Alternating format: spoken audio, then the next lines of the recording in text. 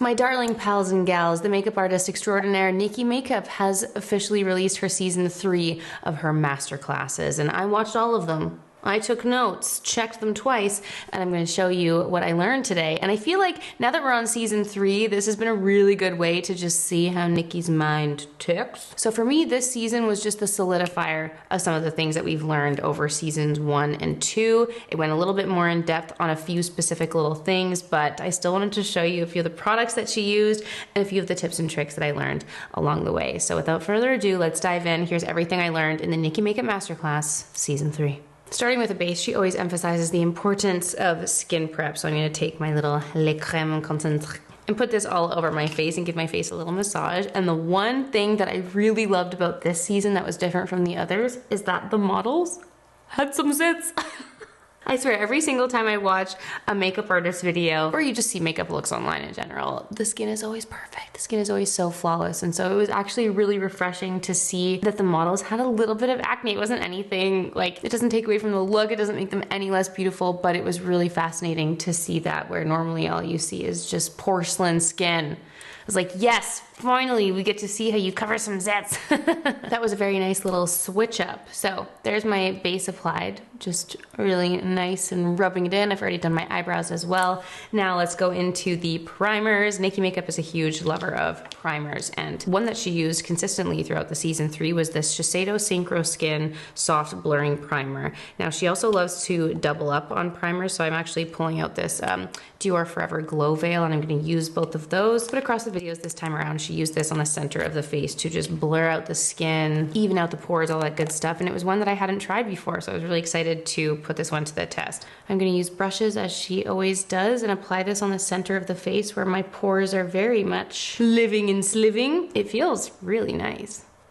My pores are especially vibrant on my forehead right now. I don't know what's going on here, but considering it's a blurring primer, it feels really cooling and nice on the face. I like that. We'll see. It's something I'll have to keep testing, and obviously I'll keep you guys posted, but that seemed to be a new Nikki Makeup favorite. So I'm gonna do that one just on the center of the face where I would want my pores to be blurred and mattified. And then I'm gonna go in with the Dior very, very glowy primer and kind of apply that around the rest of my face. And this one looks so beautiful. I was swatching it on the back of my hand and I was like, wow! This one looks stunning, and I just wanna have that kind of emphasizing the glow underneath our base. So trying to use my best makeup artist hand and apply light layers as I go, and I'm using a few of these dual fiber stippling brushes to do so, and just spreading that around my face. Lovely. Speaking of Dior, we're just going to do a full Dior base here. She was using the Dior Forever Skin Glow foundation, so I actually have the Skin Glow foundation. I have the matching concealer as well, which is nice. And I'm going to go in with a nice layer of this. One thing that she went over in depth this season was deciding on the shade of your foundation. And she talked about how your face has a shade and your neck has a shade, and that she often likes to find something that's in between those two. So kind of meeting in the middle, because for me as well, like, my neck is always so white.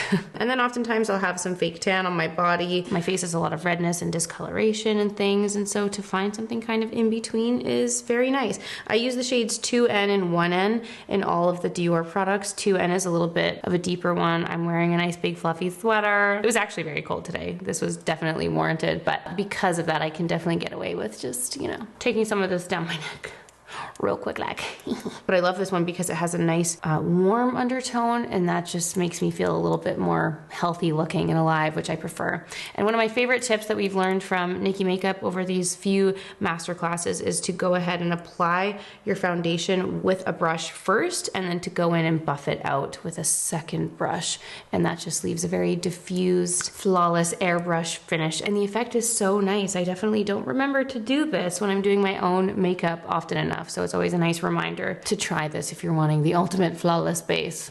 Every time I do this, I'm always blown away by how undetectable all the product is on the skin. It just looks so lovely and natural. Now when it comes to concealer, I've got my two shades, 1N and 2N. And I'm always surprised by Nikki when she talks about correctors because she's such a believer in primers, but then is not a believer in correctors, especially for the under eye. And she just likes to use multiple shades if it's necessary. And then she said if you have a lot of darkness under the eyes that you can just use a shade that's a little bit deeper with a little bit more of a peachy undertone to kind of counter that color, and that you don't need a separate corrector. So some people really love correctors, some people don't. And I just think it's whatever works best for you is going to be the way to go. But it's always nice to have that confirmation from a professional source that we don't necessarily need a ton of these layers. So I'm going to go ahead and blend this out. She used actually a really small eyeshadow brush to blend out the concealer, and she just kind of goes back and forth.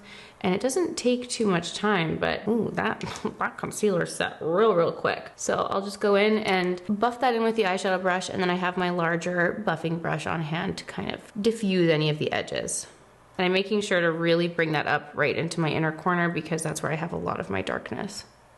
And when it came to any of the zits and spots that were on the face, she kind of just ignored it, honestly. She just did a general wash of color. She didn't really go in and do any specific pinpointing of the zits, which I actually liked. And at some of the angles, depending on the lighting, you could really just still see the zits. And I actually loved that because that's kind of the approach that I take with my own daily makeup. I don't necessarily go ahead and spot conceal every single zit when I have them. I just kind of treat my face as a whole, and that gives a much more natural feel. And I really loved that she did that. It's like they're there. Let's not let it ruin our day or our fabulous makeup. I've got to say, y'all, this base combination is delicious, but we're gonna let it sit, do its thing for a little bit, and jump to the eyes. Again, with the primers, Nikki loves a primer, so I'm actually gonna take this little Hourglass Veil eyeshadow primer and put a lovely little layer of this onto my eyelids. And she likes to use any kind of eye primer that has some little tint to it. So this one has a nice little creamy wash. It's not a completely clear primer. She also loves the NARS primer and the Laura Mercier one. Just anything to put a little wash of something on the eyes. This one is really pretty. Now, obviously it wouldn't be a Nikki look if there was no MAC Costa Riche mentioned. And at first I was kind of like, am I gonna do this again? Am I gonna use Costa Riche again? But I just love that so much. And I think it's an approach that we should all take a little bit more in our lives. And that's using the products that we have and not constantly being bombarded by new things. And I love that she just uses this in every makeup look and on absolutely every skin tone. It's a beautiful practice, and it's a reminder for us to use the things that we have. So I'm gonna go ahead and do this again because she literally used it in every single video that she did. But I will say that the one thing she mentioned with Costa Riche that I haven't heard her like say before was that because it's so red in undertone, that sometimes she said in flash photography it can really show up no matter what you've put on top of it. So to be mindful of that, and to be sure that if you're wearing it to events and whatnot, that you are aware of how it shows up. And that made me so aware for my wedding makeup, because I was like, oh my god, I don't want like a red rim around my eyes. So you have to be mindful of how it shows up on your skin tone. I'm gonna go ahead and apply this and just kind of map out a little wing, because one of the videos that was different actually in this season, she did a video of mini technical tutorials, and one of them was on a winged liner, and she did an option that started out with the Costa Riche as a base, which is something that she does often and in lots of her other videos. But in the little mini technical tutorial, she did two ways that you can do a winged liner. And so she did one eye where she started out with the black liquid liner and then applied a pencil on top of it to blend it out, which I thought was really interesting. And then she said if you have hooded eyes or you just have more difficulty doing a winged liner, to do the version that starts with your pencil first, just to map out the shape. And I think that's something that I always opt for, because I do still, no matter what, struggle with winged liner, and quite frankly avoid it at all times if I can. So it's something that I don't mind practicing when I'm given the opportunity, because it's something that I'm not great at. So I'm going to go ahead and map out my little winged liner shape with this and use a small little smudge brush to blend that out. Also, I'm really struggling with this primer. It's so sticky. Oh my gosh, it's so sticky on my eyes. Woo! I've never experienced an eye primer like that. I don't know if that's a good thing or if I should be scared.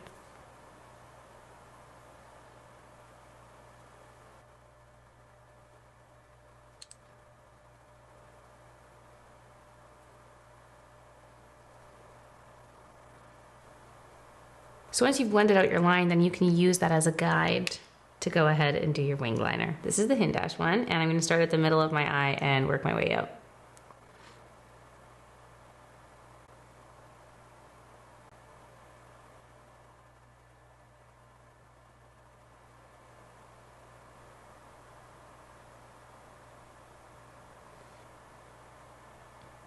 So that's the winged liner applied.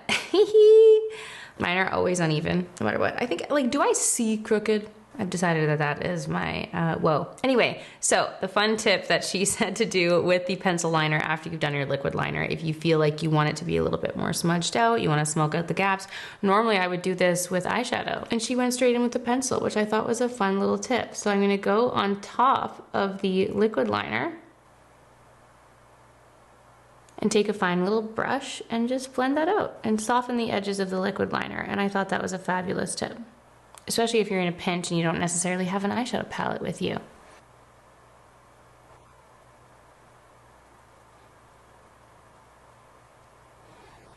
So let's go ahead and move on to eyeshadow. She used the Makeup by Mario Master Mattes palette, one of my favorite palettes ever. And we're gonna take a nice light little shade and just use that to diffuse all of this into the lids. I'm just taking a fluffy brush and the lighter shade, and I'm just using that to blend all over. Then one thing that she did that I loved was take the white shade from the palette, just this little soft, creamy shade, and she just placed that right into the center of the eye to just do the most subtle little highlight. And I often do this with shimmer, and I don't necessarily think to do this with just a lighter shadow to really subtly bring a bit of light to the eye look. And I thought that was a nice little touch, a nice little tip. And just really lightly go around that with your fluffy brush, and it doesn't change the look, but it does add the softest little piece of dimension, which I thought was really cool. And then that was kind of the like little mini technical tutorial, as well as the look at her soft romantic date night look that she did, which I loved. Now, one thing that I have had in my makeup collection for so long, when I first bought the Nikki Makeup Swede individual lashes, I also bought her sultry corner lashes, and I've never tried them. And this technically has nothing to do with the masterclass, but I thought it would be fun to give them a go. I think it would also really suit this look, and Nikki loves a big lash in her makeup look, so I thought it would be fun to give this a go and give it a try. Now I'm gonna curl my lashes first. I don't do this often.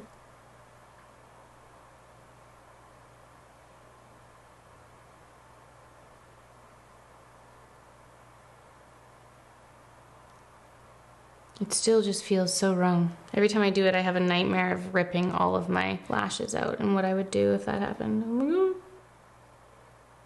Are we lifted? I'm gonna go ahead and apply those.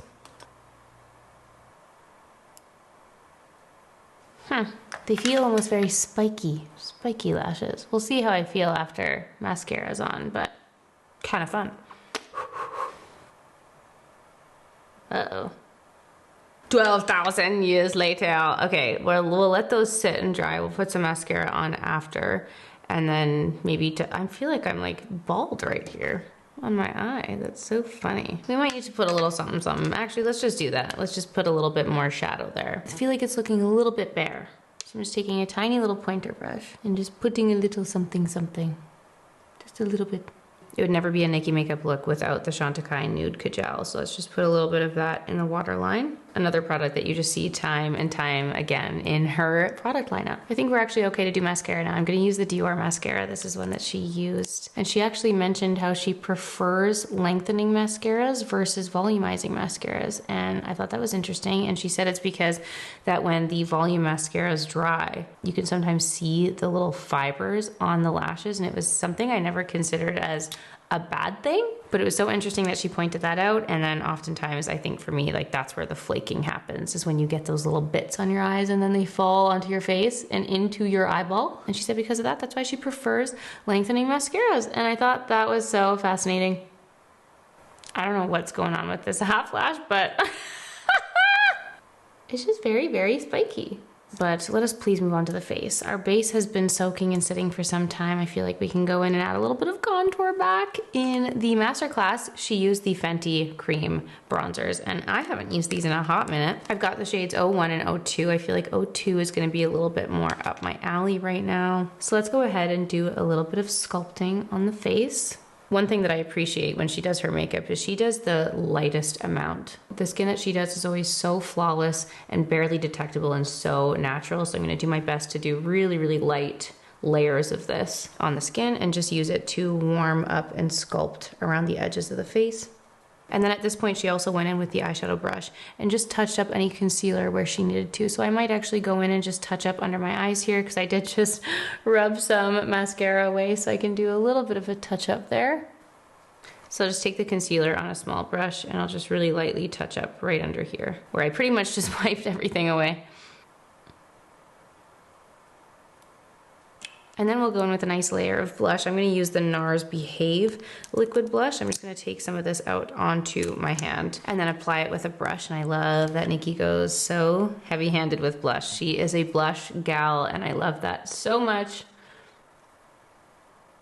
And in her little mini techniques, she was actually talking about the different blush placements depending on your face shape, which I thought was nice. And then she also was taking the blush across the bridge of the nose for that really natural, flushed look. And again, going in with these like lighter liquid products that kind of blend into the skin so naturally, you don't really see such a harsh, distinct line. In the tutorial, she used a liquid blush from Chantecaille, but I think this NARS one gives a very similar effect and I already have it on hand. So just something that can give you that really natural wash of color and just kind of blend in so seamlessly that you're like, is that her natural blush? I can't tell. And I think that's the biggest difference between a lot of like Instagram and like heavy makeup looks and Instagram makeup looks versus a red carpet makeup look. When you're looking at the skin, I think the magic is in that you can't see where anything starts and stops. It all just blends in so beautifully together. And yeah, that blush, oh, this little base combination for that is so pretty. And now that everything is sitting and soaking in, we can go ahead and do any kind of spot powdering where we need. And honestly, I'm pretty happy with how this base is looking. And I wonder if it's because that we use this primer underneath that maybe I'm not feeling as shiny as normal, but also Nikki is such a fan of the Laura Mercier powder. So I'm gonna go ahead and use a small brush and use this to just powder so lightly and gently. I'm gonna take a lot of the product off in the palm of my hand and just go in and set where we need to. So I'm gonna set underneath my eyes here because I don't wanna look too shiny there. It's not a flattering look for me and for many of us. So just making sure to do a little bit here,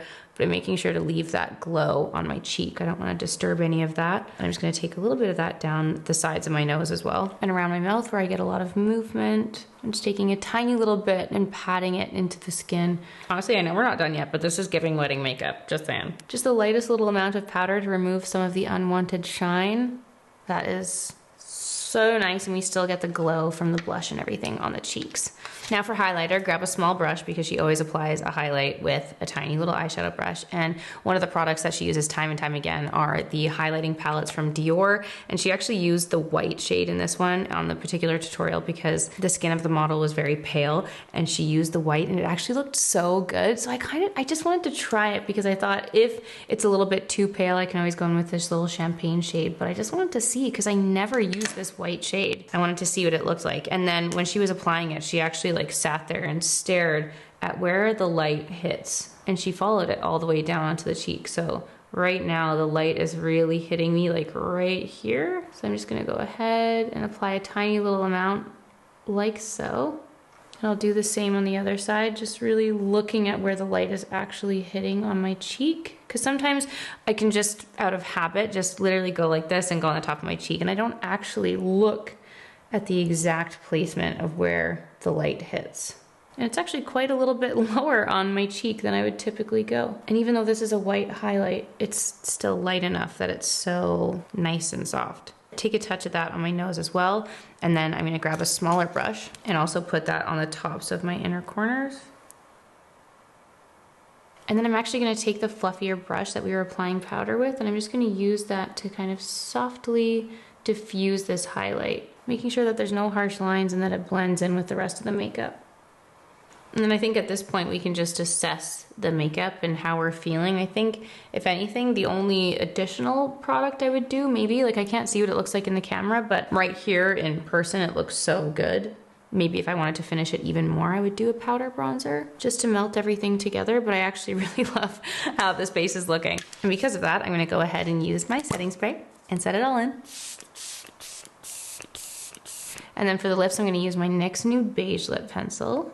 because Nikki definitely repeats the lip products. And that's where we lovingly discovered things like our Chantecaille Lip Chic and Patience. She uses that on so many different people, but also just really caters the lip to the person she's working on and what their skin tone is. So I feel like you can just use whatever your favorite lip products are and it would roll. They're always changing.